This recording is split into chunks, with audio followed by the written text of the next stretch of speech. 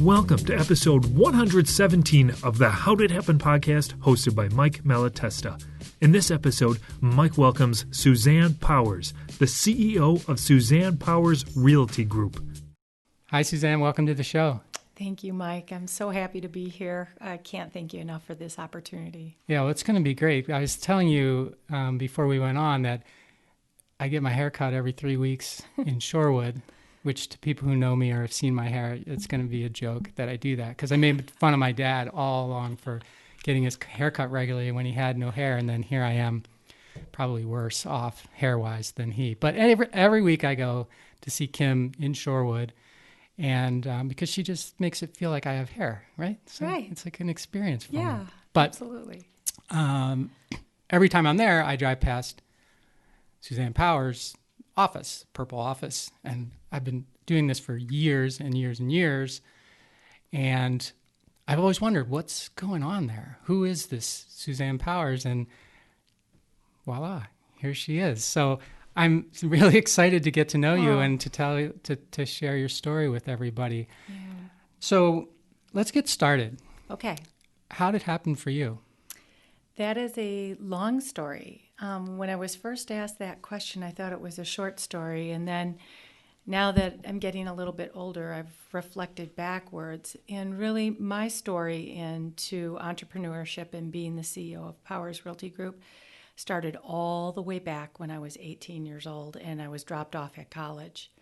I was dropped off at college with a large chest. My dad drove me to college by myself. I went to the University of Wisconsin-Whitewater, majoring in journalism because I wanted to be the next Jessica Savage, right? I was bound and determined I was going to be in broadcast. And it didn't really work out that way, but it's a good story anyway. My father dropped me off, and back in the 80s, he sent me on my way, patted me on my back, and little did I know that neither one of my parents would visit me the entire time I was in college. It wasn't kind of a thing back then like it is today, right? And so it was sort of up to me. It was like my dad launching me into an adult and just saying, okay, here you go, Suzanne, you got to make it. And that little bit of fear when he pulled away from school motivated how I reacted to things, and that's kind of what the stepping stone is and got things rolling. I put myself through college with 3 jobs. One in broadcast media. I was the radio DJ on my college campuses, radio, but I also worked at Rococo's, and then, believe it or not, I was the dorm janitor, which is the most disgusting job. Everybody should be a janitor for a day. Yeah. Well, especially on a college campus. You could just imagine. But I want all your listeners to know that the guys are much filthier than the women are in their college dorm bathrooms. Is that real? Is that true? Yes. Wow, that's because at my house it's a little different. My daughter seems to get her stuff all over the place, and I'm sort of tidy and neat. But maybe it's because she's 21 and I'm 54. Maybe I've learned. Maybe I was like that when I was in college. Okay, well, good to know. Yeah, I took the janitor job because it paid the most, right? And I was trying to put myself through college. So back in 1985, I was getting $14 an hour for cleaning the bathrooms in the dorms. Crazy, right? But it was that work ethic, right, that sort of instilled in me to work hard at everything that I have. And really, without that tenacity, you can't do much of anything, right? Then subsequently, I actually kept the janitor job for about 2 to 3 years in my dorm. And then I eventually got an internship, which led to my eventual first job out of college. I became a pharmaceutical recruiter while I was in college. I worked for a company in Milwaukee, and I would travel every day by car from Whitewater to Milwaukee to take the internship that I had. And it was an all-male group of recruiters, and I would get on the phone and call district managers for pharmaceutical companies and try to recruit them from the pharmaceutical companies who had procured us to find new managers and new representatives for their company. It was an interesting job, and really, that was my first real sales job. I mean, real sales job. It was a great job. So I just want to make sure I've got that straight. So you were hired to recruit people from people that were working for the company. There at the time there were thousands of pharmaceutical companies. So we were hired to find the district managers, like say at Pfizer, and recruit them for AstraZeneca. Got it. So it was a recruiting firm that specialized in pharmaceutical recruiting. I'm sorry, I didn't make that clear. No, it's me. I'm sure. No, I don't know. But it was a great internship and a great first job, and I got the recommendations. I wasn't a great student by any means, but my professors liked me, and I befriended two female professors at college who gave me glowing letters of recommendation, even though I didn't get A's in their classes. Glowing recommendations, and then subsequently helped me get that internship, which then launched me into my first job in pharmaceutical sales. What was it that they liked about you? If you asked them, I think that they would say my charisma. They had me come back and teach at Whitewater subsequently for 10 years after I left. So I became a guest lecturer at the University of Wisconsin, Whitewater, for a while I was doing my pharmaceutical stint for 10 years. They would have me come back, and I actually ended up recruiting college students from Whitewater to come work for both Johnson & Johnson and Stewart Pharmaceuticals, and they turned out to be great recruits. One of them is now the vice president of, I can't think of the company. It's a knee company, though. They sell medical devices. Okay.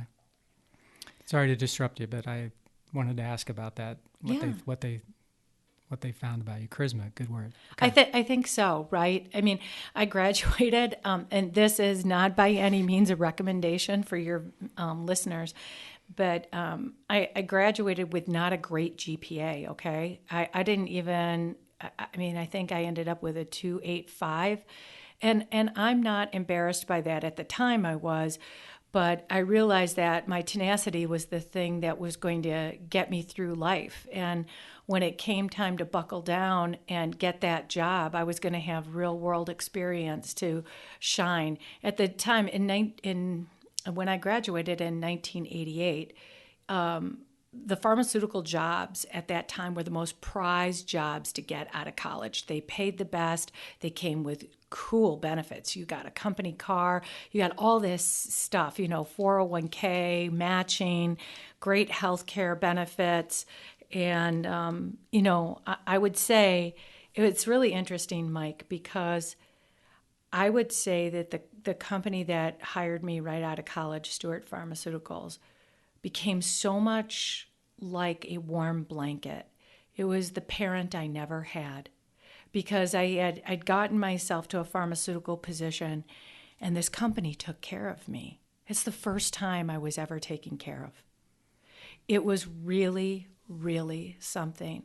I mean, really financially and also emotionally. I felt really accomplished getting that job right out of college because I wasn't a great student. To get that job, I actually flew down to New Orleans. My dad was a doctor, and he went to a pharmaceutical conference in New Orleans and asked me if I wanted to go. I don't have a real close relationship with my father, but he did two things for me. He dropped me off of college and asked me if I wanted to go to this nursing convention or this doctor's convention. I did. I packed my resumes, flew down there with him, and solicited every pharmaceutical vendor down there. They would set up these big venues with thousands of pharmaceutical companies, and I went and solicited every single booth. And lo and behold, one of them called me, and it was Stewart Pharmaceuticals, and I ended up, getting the job and working for them. But I have to tell you, they did a Myers-Briggs Test on me, which is a psychological profile. They did it 3 times. Every time I scored the exact same score. And, they picked all like people, because when I went into training, I met some of my best friends that I've ever met at that training with them. What do you think it was that made them select you? Because the reason I ask is my understanding of those positions, and you mentioned it too, they're coveted positions. So high GPA, pedigree school, athletics. Didn't have any of that. Yeah. So what did you have? In the interview process, I think I just connected with them, right? The district manager was so impressed that I flew down to New Orleans and I started to talk to all of his pharmaceutical reps in the booth. And I wasn't just there for like 5 minutes dropping off my resume. I started up conversations. I started to network with them. I started to call and connect with them. And so then when I did go to Chicago and sit down and meet with Stewart Pharmaceuticals, they asked me, I must have done very well in the interview process, because they asked me which territory I wanted, Chicago, La Crosse, or Eau Claire. And I'll tell you something, here's a nugget for your listeners. There are critical decisions in life that you make. You don't know them at the time, but one path leads to the right, the other path leads to the left.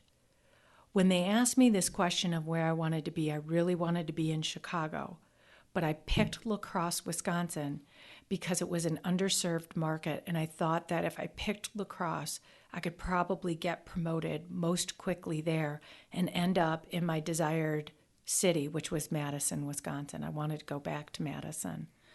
So it's interesting that I chose a territory that I didn't necessarily want to live in, but where I thought I would have the best opportunity. It was a risk, but I looked at it as an opportunity, and it worked out, right? And did you make that decision on your own, or was there someone that you were sort of bouncing that off of, and a mentor of some sort, or?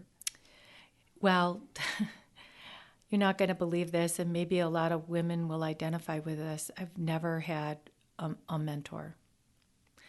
I always looked for one, and it was just very, very difficult. I've had some really cool men in my life who've been big influences, but unfortunately, I've never had, I guess my older sister helped me a little bit. I wanted to graduate college and start a rock and roll band. I remember calling her, because I'm a singer. So I called Carolyn when I got my 4-year degree, and I said, okay, I'm going out now. I'm going to be a singer. And she goes, no, you're not. She goes, you are not going to do this, Suzanne. She goes, you like money way too much. No. You're going to go into sales. Pharmaceuticals would be really just right for you. You're not going to be a rock and roll singer. She goes, what are you going to do when you're 40 years old? So I guess my sister was probably the biggest female mentor I had. She also owns her own company, and she's also the CEO of her own company. Okay. So I guess my oldest sister, Carolyn, did have a lot of influence in my life. But really, I wanted to sing with a rock and roll band. So have you? I did when I was younger, when I was 18, but I ended up, after I got married, I ended up being the cantor at our church. So I got to be the lead cantor at our local Catholic church. But that's as far as that kind of stardom got for me. I really for now, or is it something that could still happen? Well, Mike, geez, I think about it a lot.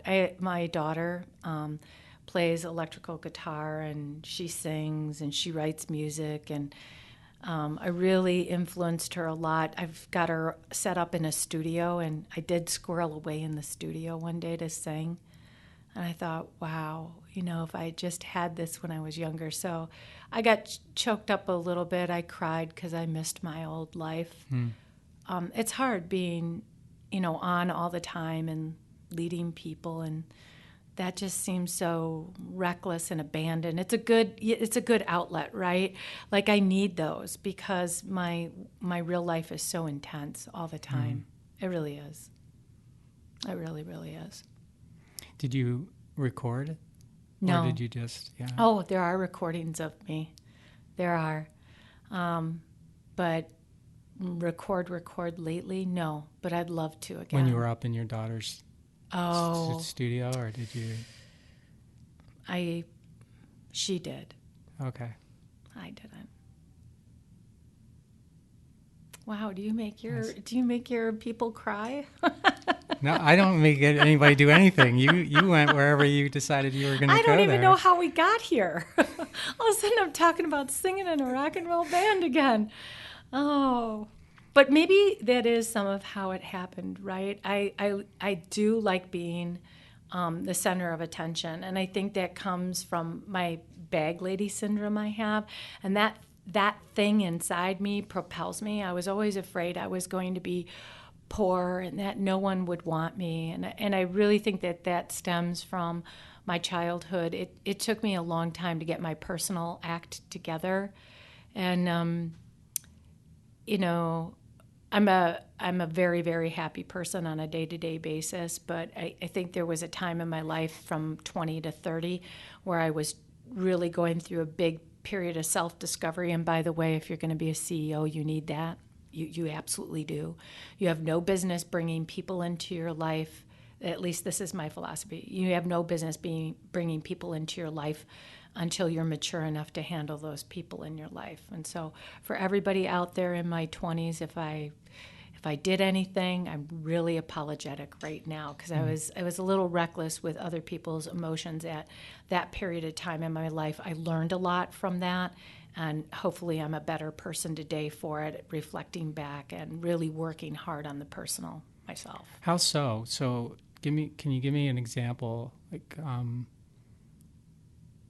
how you may have been hard on somebody? Because I'm thinking, and just this is very contemporaneous, but I was watching an episode of Schitt's Creek last night, and I don't know if you've seen that show. No, I haven't. What is that? I think it's on Netflix, but it's a show with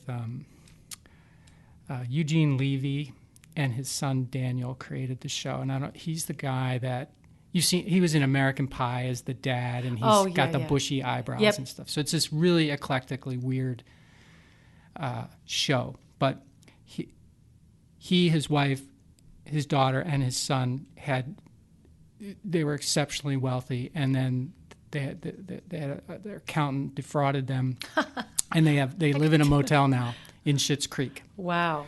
Which is a town that they happen to own because they bought it years ago and never, whatever, doesn't matter.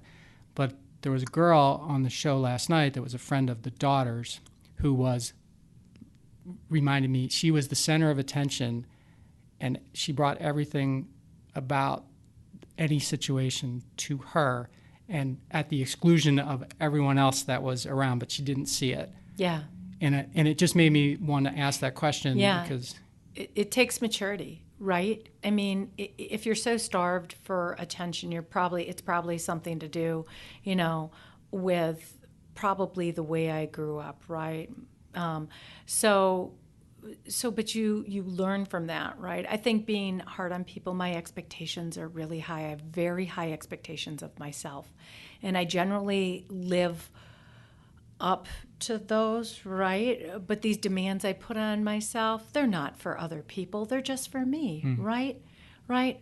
I think at the ripe old age I am, which I'm not going to tell you, I feel like I've gained a lot of wisdom through those experiences. And so those have enriched my experience in order to have employees, feed my employees, take care of my employees and their kids. And I'm very well suited for taking care of other people. I really, really am.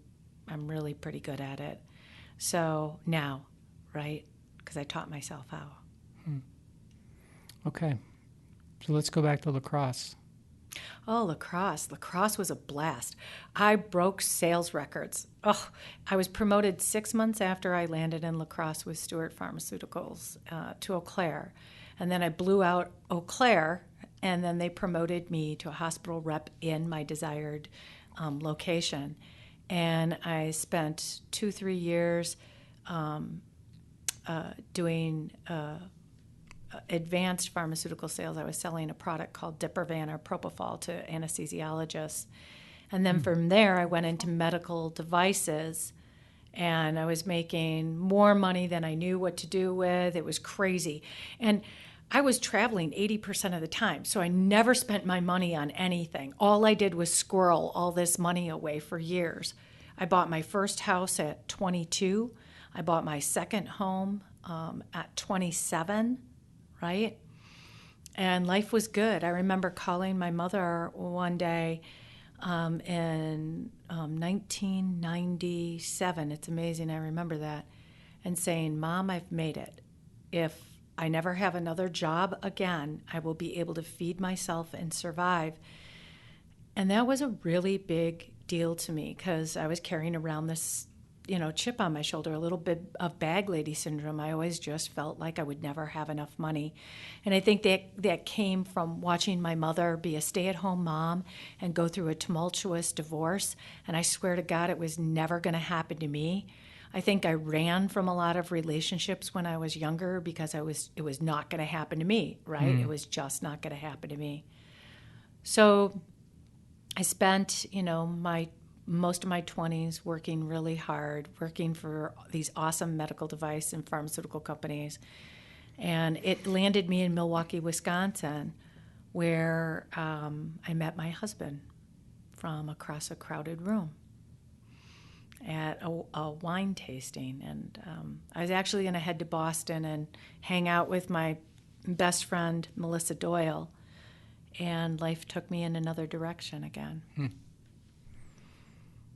And then subsequently we had 2 kids, and I did what I call a stop out. When I got pregnant with my first child, I stopped out.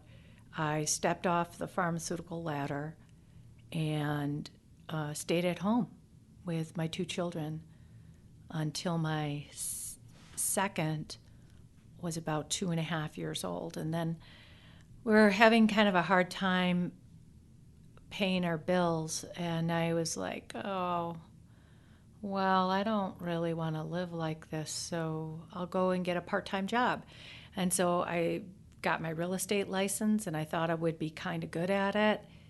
And oh my gosh, it was a storm. Nobody at the time had a 4-year college degree or any kind of sales experience who was in real estate. And please forgive me for anybody out there who's in real estate who does have their 4-year degree, but when I jumped in 2003, it was still kind of mom and pop-ish. It wasn't very corporate-like, and I brought a very corporate presence from the Fortune 50 to pharmaceutical sales in the Fortune 50 to jumping in to real estate.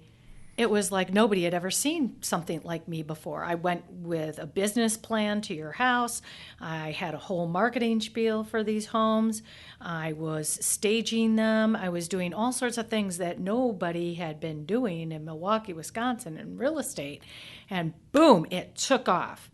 And honestly, I do really feel sorry for my spouse a little bit because I don't think he knew what he signed up for, right? I was working every weekend, 14-hour days, just, I had no idea where this was going, but the demand for what I was offering was really high. I had more clients than I knew what to do with. I think back in those days, 30% of the clients who were calling me, I couldn't even keep up. It was that robust right from the get-go. It was really something.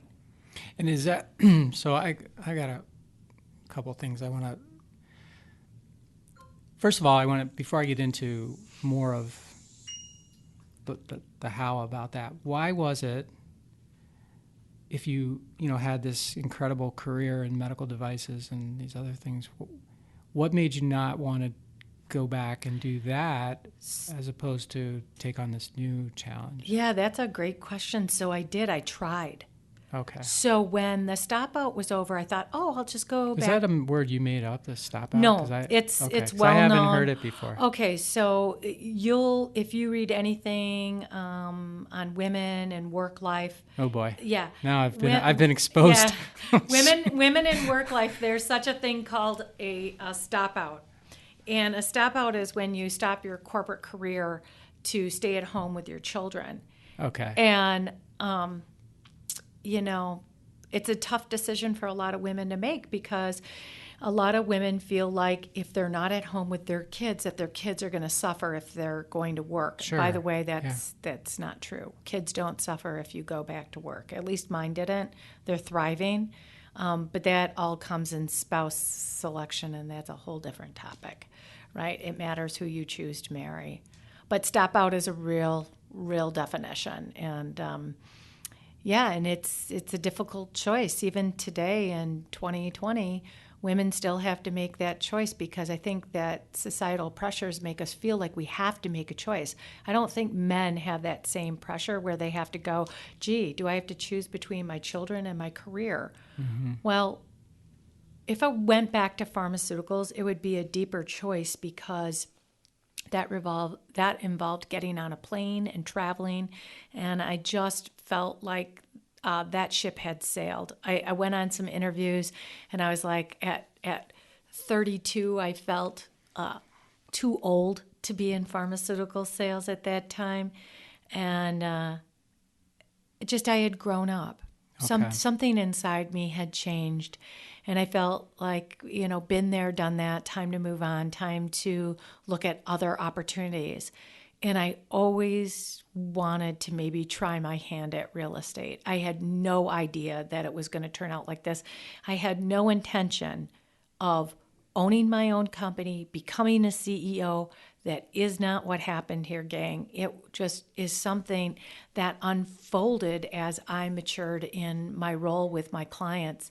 And it was actually my client's idea, not me, believe it or not. So I think that's a good nugget, again, for people, because you can, get yourself into a career and have success in the career and like the career and think you could do that forever, and then something happens, you stop out, or something else happens, and you're sort of natural for you to think, oh, I have to go back to what I was doing because that's all I do, right? That's how I sort of define my work life or whatever. And you have demonstrated that you can get into something else, and that can become,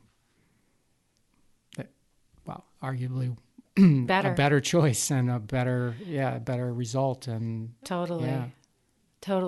But the pathway to being who I am today, wow, it's a wower. That's really the meat of the story. So the beginning is I was sort of a lost puppy. Father drops me off at college. I sort of find my way. I develop a work ethic. I understand that everything that I want in life I've got to do on my own. I do pretty well for myself. Meet the love of my life from across a crowded room, get married, have 2 kids, and that's supposed to be the end of the story. Everybody wanted me to stay at home. Everybody meaning who? Everybody.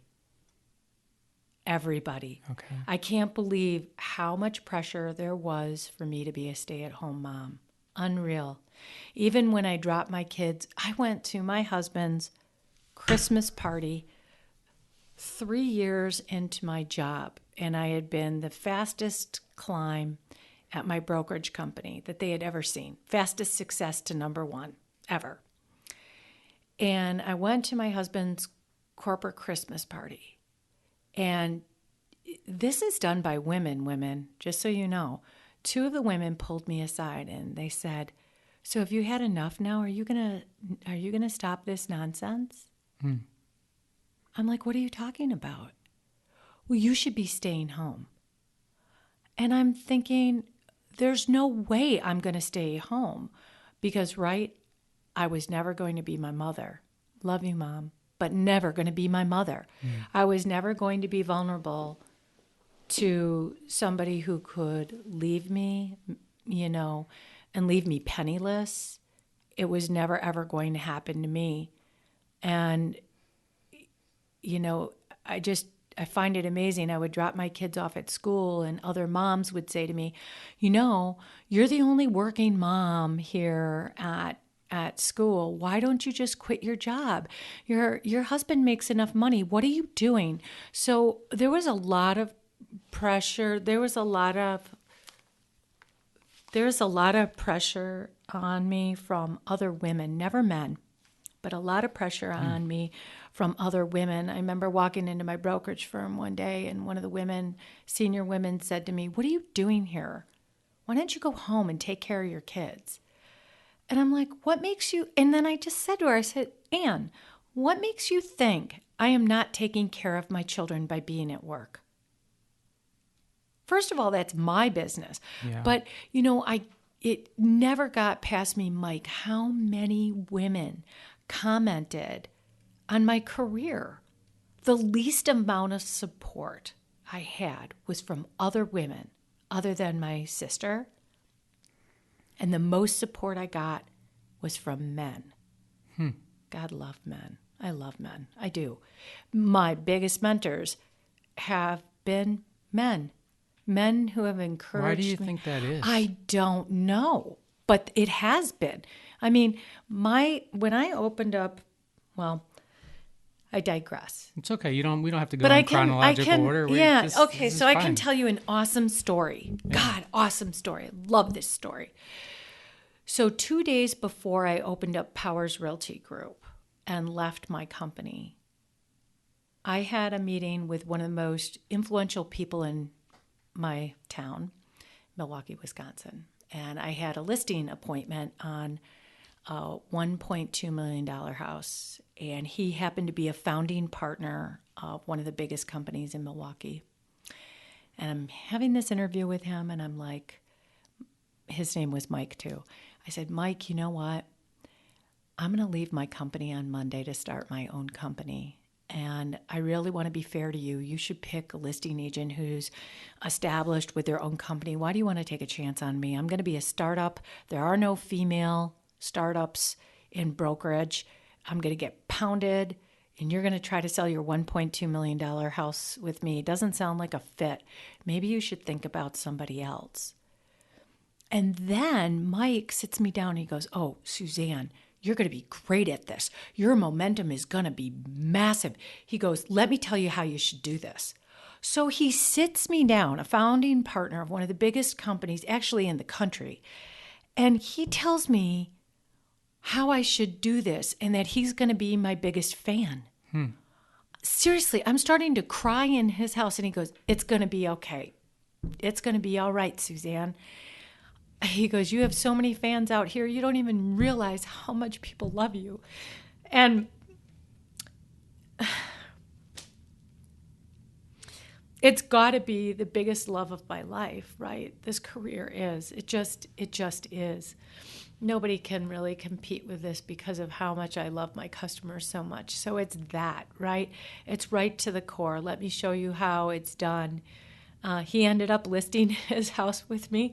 And of course, that love fest we had in his house led to an immediate sale over asking the first week. It was just magical. The whole beginning of what I did was magical and really, really, really, really tough. The clients have always been amazing. The competitors have always been ruthless. So let's talk. Thanks for sharing that story, by the way. I got a little emotional there. He's just thinking about him right now. If you're listening, Mike, I love you. Thank you for helping me. Sounds like a great guy. Yeah, he is. So this is fairly interesting to me because they call it a pivot now. You started a new career.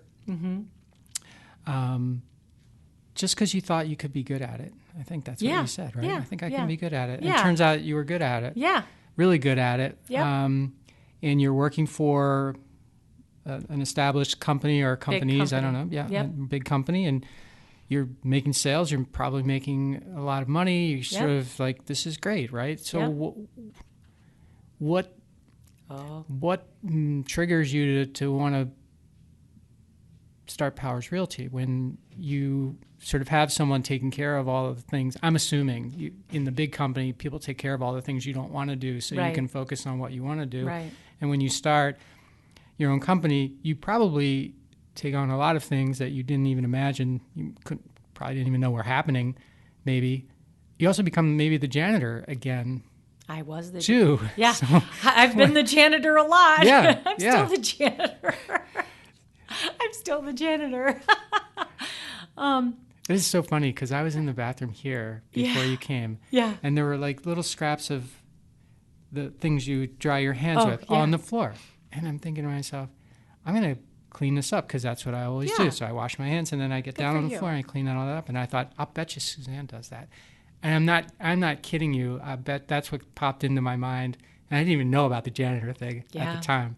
It's just the thing that you do when you care about what something looks like and when you care. Feels like and all of that. Right. Yeah. So I, you know what? I'm a big carer. I mean, I'm on the emotional quotient. I'm probably higher than most people. That can help you or hurt you. But the reason I did this, I had 3 false starts. What does that mean? It was tough. So this is an interesting story, one that I'd really, really like to share, because hopefully this is a nugget for all the women and people who are, don't think that they can do this. It was a voice. I'm telling you, it was just a voice. This is an absolute calling. I was called to do this. I have no idea why. I fought the voices for 3 years. I'm serious. I'd be working out, and it was a God moment. Every time I went running, God's like in my head, you need to do this. You need to start this company. This is what you're supposed to do. This is your path. And I'm like, are you kidding me? So you try to deny the voice, right? You try to say, no, I'm not supposed to do this. Who am I? Remember, I'm Susie Peters. I'm the one who wasn't supposed to be successful. Everybody always told me I could never do it. I can't do it. Why are you asking me to do this? I don't want to do this. This is going to be more work. I have young kids. Why? Why me? I don't want to do this. That's how it really happened. And we're going through a recession while these voices are going on in my head. My husband and I buy this big house. I leave my first brokerage to go to a second brokerage. That's an interesting story. So my first trial at this, I was at my first brokerage company, and I was seeking to get involved with a franchise. And I was having meetings with the franchise owner, and the franchise owner, who was a man, ended up telling my big brokerage firm, I hope you're recording this, told my big brokerage firm that I was going to leave them and start a franchise to compete with them. So the old boys network was kind of ganging up on me, getting together, sharing secrets. And my first brokerage politely told me to leave because they didn't want their number 1 producer in the company to start a franchise to compete with them. And that's when I learned I would never, ever franchise, because you're still working for somebody and then they control everything that you get to say and do. And it wasn't for me. They would really let me out. So I joined another brokerage firm, and this is at the 2007. We buy a big house, more than we could ever afford probably, and the stock market crashes, and I'm in a new position, and I have this, oh my God moment, right? Like, what am I doing? This is really stupid. So I worried about this house for 2 years that we bought, way in over my head. I'm never going to get out of this house. And my husband is reading Atlas Shrugged. Have you ever read the book Atlas Shrugged? I spent a summer reading it. He's reading this every night in bed while I'm having voices about starting my own company, and we're in the middle of a recession. And I'm telling him, I'm like, honey, I think I should start my own company. He goes, you can't, Suzanne, you can't do this. And it wasn't because he didn't think I could. Well, maybe there was, I don't know. He didn't want me to because he didn't want the financial burden of me being unsuccessful at this. He thought I was taking too big of a risk in a recession. And so this conversation between my spouse and I went on for 3 years maybe 2 years, about how I am not going to open up my own company. And what are you doing? And, he's reading, this is how it's going to go, Suzanne, because he's reading Atlas Shrugged, right? So I'm making a pitch for Atlas Shrugged here. But if you read the book, it's like a tragedy, right? Yeah, yes. Like the state takes over everything and there's no entrepreneurship and there's none of this. And you can't be a female CEO because it's never going to work in an old boys network. And all these pressures are on me, right? And then I still have the voice and I'm running. And one day I woke up, well, I kind of premeditated knew, right? Because I was telling Mike, but that conversation with Mike, I didn't share with my spouse, for better or worse. I don't recommend that. But then Monday morning I woke up and I'm like, today is the day. So I had a face-to-face with my boss and I said, you know what? I love you. Thank you for being such a good boss to me. And I said, if this gets too scary, can I come home? And she goes, of course you can, but it won't. You're going to make it. And so this time it was a woman supporting you as opposed to telling you. Yeah, I guess it was. Thank you, Tammy. Yeah, it was. And she's the only other woman in brokerage around here that, but yeah, so she did support me. And yes, she did a lot, actually. She let me leave with all of my clients.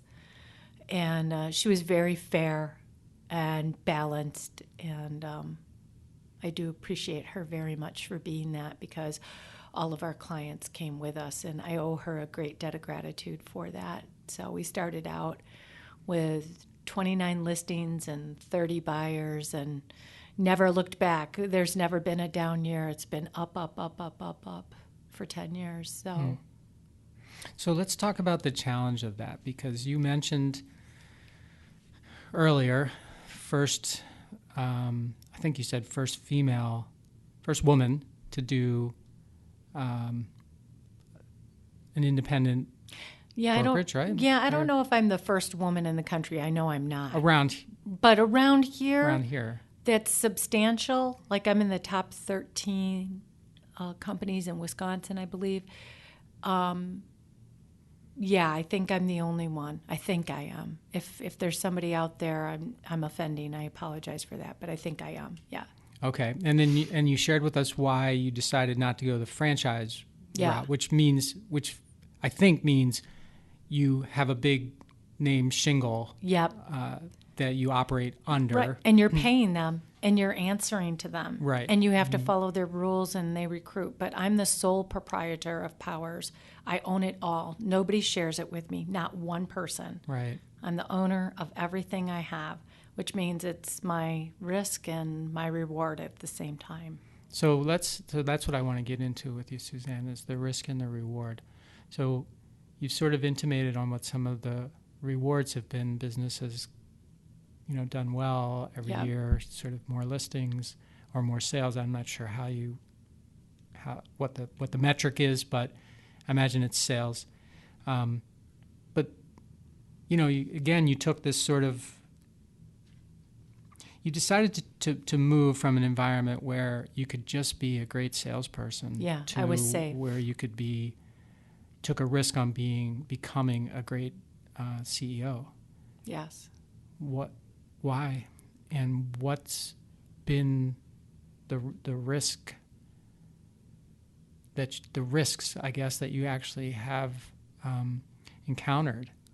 Why? Because I know it's this always looks like this is how it is to people on the outside. That's been my experience. Everyone looks at you and says, "Oh, it's great." Straight up, people. It has nothing to do with straight up. Yeah. It's like kind of sideways, banged up, down on the ground. Right. And I think that's kind of. I'd love to learn more about that, because and you know what? It's a very important part of how it happened in the story. Everything was kind of okay. It was safe. I was making enough money. I didn't have to do this, right? I have a spouse who has more money than we could ever spend in a lifetime, and everything is good, right? Not for me, right? It's just, if it's too, I don't know. That's probably wrong. It wasn't that it was too easy. It was that I wanted to contribute more, to be honest with you, right? I felt like I could offer more and give more, and I wanted to do that. And there was this other thing, I worked for these companies, and I saw how they did it, and I thought I could do it better. Okay, for better or worse, it wasn't an ego thing. I just thought that I could do it better. I felt like they had lost touch with their clients. Like, why aren't the CEOs of these big brokerages going to visit their most important clients? Why? They should be.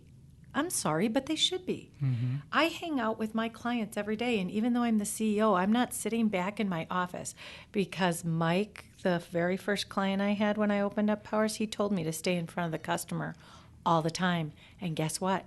I've stayed in front of the customer all the time. So when we take listings at Powers, I'm intimately involved. And I represent 1/3 of the overall sales for the company. So I still have a rich client base. I'm taking care of the clients on a day-to-day basis. I'm listing and selling houses.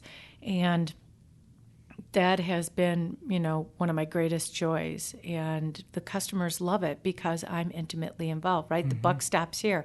I can make decisions on a dime for them. I'm quick. I'm nimble. I can do things the big companies don't.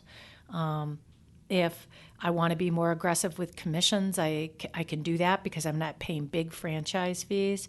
So it all kind of worked out. That false start with a franchise and how he told my big brokerage I was trying to do something behind the scenes was a blessing because today I keep 7.5% of my overhead in-house because I'm an independent brokerage. Right. But it has not been easy, especially being female. It has not been easy. It's been downright cruel. Sometimes it's somebody said to me, pharmaceuticals is rough and tumble. And I'm like, pharmaceuticals is a piece of cake next to this. This is rough. Anytime that you go out and you make a substantial change in the current status quo, especially in an area where they're not used to change so much, right? We're a big brokerage. We're gonna be on every board seat there is. We're not gonna let the little guy in. I recently went to a board meeting of the Greater Milwaukee Association of Realtors, and this is pretty common for me. When I went out to Real Trends in Denver, Colorado, same thing. I walked into the room, and there are 50 male brokers and 3 females. There were only 2 female CEOs in the entire room when I walked in recently. This is in 2019 when we could all still get together, right, in person. But when I went out to Real Trends, I was the only female. That was it. And in brokerage, they always ask you the same question. Well, how many agents do you have? And I remember Steve Murray asking me that question when I went out to Emerging Eagles, a big conference I went to shortly after I opened the company in 2004. I think I went out there. By the way, I love Steve Murray. He's great. What a great trainer he is. But he asked me, how many agents do you have? And I was chuckling. I'm like, Steve, you're asking me the wrong question. Ask me how profitable I am. Because really, it's profitability that counts, not how many bodies you have in the till. But brokerage has always kind of valued how many people they have over profitability and client services. And I really wanted to turn the whole market on its head here locally, and that's what I did. I'm like, I want the best people, the best agents, and we're going to have the highest average sale price, and we're going to produce the best results. And that's what I did. And that's interesting what you said, because they were basically seemed like what I was hearing from you is they were sort of equating significance with size. Yes. So if we're sizable, we're significant. Right. And we got to be sizable and significant by doing things this way, and there's no reason to do them differently, where you, took an entrepreneurial approach to, well, if you're going to do it this way, I'm going to do it the other way. That's right. Kind of like me too. Right. And I If love you the say it's white, profitability. I'm going to say it's black. Right. I love the focus on profitability, not size, because so many Right. of us get so enamored with how many sales or how many people we have or whatever, and we're less focused on, well, how can we make the most amount of money, or how can we be most profitable? Yeah, you lose quality when you do that, right? And I just wanted to be a quality product in the marketplace. It was more important for me to give you a good experience, Mike, than it would be to have this many agents behind me, right? Yeah. I wanted to give, Milwaukee, Wisconsin something different where they could feel like, wow, she really cares about me. And by the way, I really do. And so that caring collective nature with a small group of people that I have an individual hand in training, I think has led to a better product. Ha ha ha on them. They always thought I was a threat because I wanted to scale this. No, I didn't want to scale it. I'm fine just the way it is. I wanted to offer the best quality. I wanted people to say amazing things about their experience with my company. I didn't have to be big. I wanted to be better. Can I ask you about something that has challenged me in my career, and I think challenges a lot of entrepreneurs, and that is you get into, you have this idea to change what's going on, and you get into it, and that really drives you to make that change. And it's very exciting when you start to see parts of it change.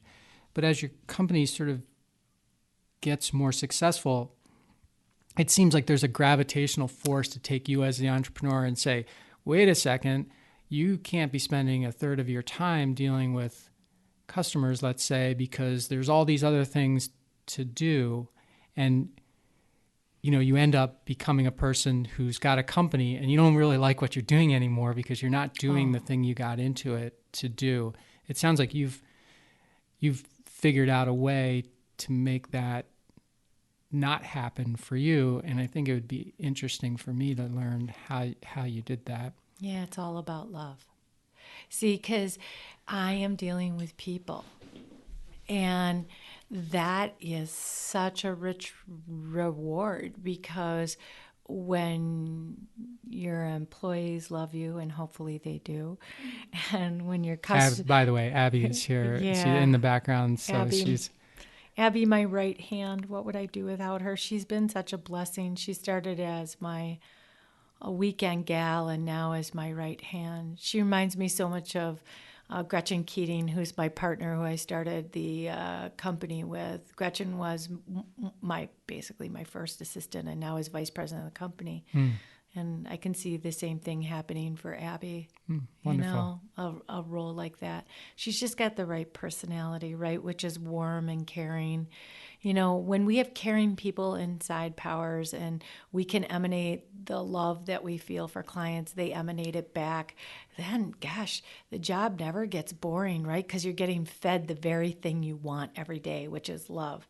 I don't want money anymore. I mean, I don't, oh God, that sounds so bad. Doesn't it sound so bad? I do have to be profitable, but it's really the relationships that I have with my clients and the realtors that work for us and the employees that feed me. So God, no. I mean, just the opposite is probably happening to me, Mike. Now that I'm not worried about bag lady syndrome anymore, I can sit back and look at everything and go, okay, we need to make wise choices now, right? Wise, caring, loving choices that make everybody happy. And I can really focus on the culture of the company, which maybe I didn't do so much early on. I'm a driver, right? So I was just driving. It's pretty hard to work for a driver. Mm-hmm. So for all of the people who worked for me early on, I really appreciate your contribution to the company, because working for a driver is tough, right? As she stays late. She's at the company till 10 o'clock. She gets there at 6 a.m. I'm not doing that anymore. Now I keep regular work hours. I try to push Abby out the door at 5 o'clock so she has a life. And that's really important to me, that the quality inside the company matches the quality of what we're delivering on the outside to to the client, right? That was really so you threw me for a loop there when I asked you about how you managed to continue to do the parts of the job that you really love, and you said it was because of love. I was expecting you to say delegation or something like that, and you said love, which is something love. I've never heard anyone say that before. So thank you for like a new sort of thing, because I was almost ready to write down what I thought you were going to say, and then you came out with love, so I wrote that down instead. Your listeners are going to love this. One of my favorite movies of all time is Kung Fu Panda. You're like going to be like, why is it Kung Fu Panda? Because the secret ingredient, right? When he opens up the cylinder and there's nothing inside, and it's the most coveted thing that they're all after, and you open it up, and the panda bear actually sees his reflection in the secret ingredient and realizes that he is the secret ingredient, that he can become who he wants to become, that it's all up to him inside. And for your listening audience, that's really the secret ingredient. There's a Tony Robbins adage I want to share with your listeners. I'm a pretty happy person overall. I don't get too bogged down in bad stuff happens, right? In the CEO world, bad stuff happens every single day. You have to deal with lots of things in real estate. Some of it is a little bit litigious, right? So bad things happen every day, but it's your lens in which you look at the world that really helps shape how you lead people, right?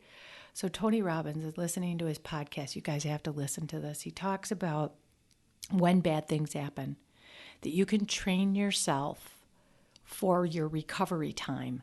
So I'm listening to this, maybe it was a TED Talk, and I'm watching him do this. And I did this with my kids when they were growing up. I'm like, okay, they get their heart broken by a boyfriend. I'm like, okay, you get one day to feel sorry for yourself, and then tomorrow you got to snap out of it. You just have to, because life goes on, and you're going to miss life if you wallow here. You don't want to be in this space, so you got to figure out how to get out of it, and you'll feel better.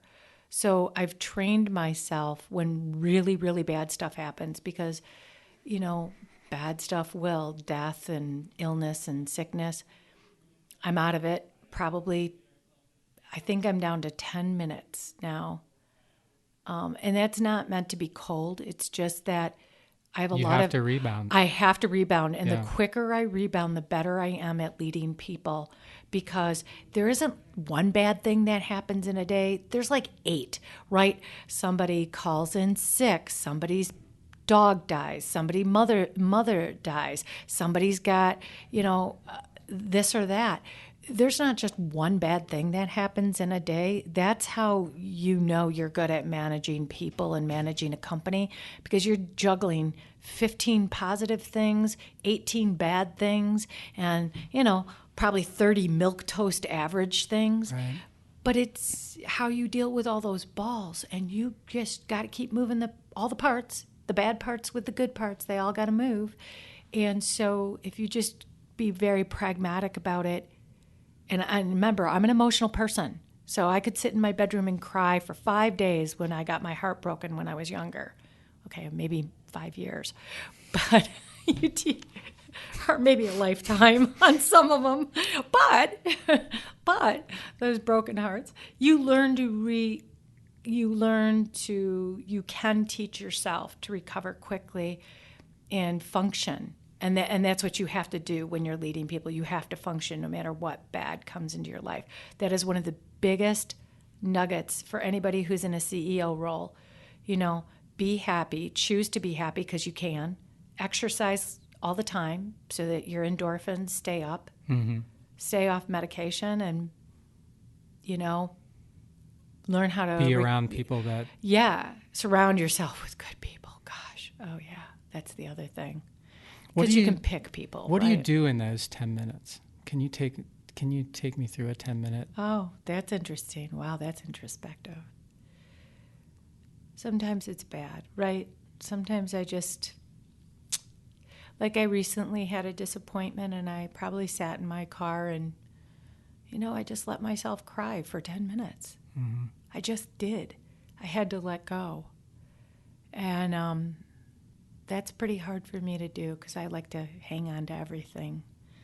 Turns out for a lifetime. But I still have to function as the CEO and cope with that disappointment or that letdown or that hardship. You know, I've learned how to recover quite quickly from competitive threats. Like, people are very mean. They say things about me that are untrue for I don't know what reason, because it's the only thing that they can think of when they're dealing with me in a competitive sense. Makes them feel significant. Yeah, so they say, say I'm bad, I'm wicked. Oh my God, the bad, I'm wicked. I'm so over it, and it's been said for years about me. You know, nothing could be further than the truth, but they still spread that propaganda because at the end of the day, it's all about dollars and cents. And if people love me, well, then boy, oh boy, it's going to eat into their profitability. So they say the most heinous things about me all the time. And I think that speaking with other women in my role, that is something that's commonly done to women, right? She's a this, she's a that, blah, blah, blah. You have to learn how to rise above that. You have to recover quickly. You have to have a good sense of self. There's that voice again, right? You have to have a good sense of self so that you can lead, manage people, and take care of their children. Really important. But yeah, the 10 minutes it's happening, it's not good. That's another good lesson for people, because so many of us, or so many CEOs that I know, they get fixated on a problem. Really?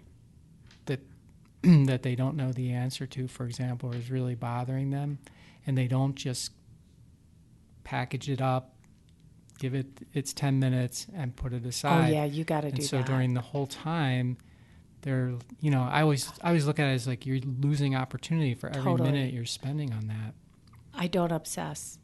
I really don't, especially over the details. I'm big picture. I think a lot of CEOs are big picture. I hire other people to obsess about the details. I don't do that. There's the delegation part, right? I mean, I just don't do that. I outsource everything, Mike. My marketing is outsourced. I have all the creative input, but then I let them obsess about the details, and then I just say yay or nay. I'm not going to do that. Almost everything creatively I outsource, but say yay or nay to, except for social media. That's actually me every morning. I do that for an hour and a half every day in the morning. That's my thing. That's my outlet. That's my voice to the clients. And I write every single article on my blog and newsletter. That's all me, all of it, written by me, copyrighted and protected by me. But yeah, I do not obsess about details. I don't. I have everybody for something, and I'm not doing it, right? Except for one thing, right? The one thing. Like from the Billy Crystal movie. Yeah, the one thing. The one thing. So my one thing, which never left me since my wonderful client told me, was the client. That's my one thing. I will call you. I will text you. I will talk to you. It's going to be me, and we're going to be in front of each other, and I'm never going to leave you. Everything else I can delegate, but that I can't. They don't want to see somebody else in front of their face. They want to see me. Right. So they get me, and then I got all these people behind me, helping me, doing awesome stuff for me. I'm so lucky that I found all these amazing people to help me in the background. They're also on my journey with me. And this will be my last question for you. Okay. You said that you had gotten past the bag lady syndrome. Yeah. And when I was listening to you talk about bag lady syndrome a couple of times, as you did throughout, I kept thinking to myself, fear of failure. Yeah. Is that what you mean by that? Are they? The reason I ask is it's like a theme of a lot of people that I've had on the show. What keeps you going? What's gotten you over obstacles in the past, for example? And people say it's fear of failure. And I don't know whether to believe, I shouldn't say, I'm in no position to question them, but I always wonder, is it really fear of failure, or is it something else? And it's just good, nice to say that it's fear of failure because it makes you feel like you're, being humble or something. So I feel like I know myself really, really well. I've spent a lot of time with myself, and I actually really like myself. And, foibles and all, and I've got plenty of foibles. It isn't fear of failure for me. When I say bag lady syndrome, I always thought I was going to be poor. I have this attraction to money, and I can afford myself. I'm not looking for somebody else to pay my way, okay? Mm-hmm. And believe me, there's plenty of people out there, they know who they are, who thought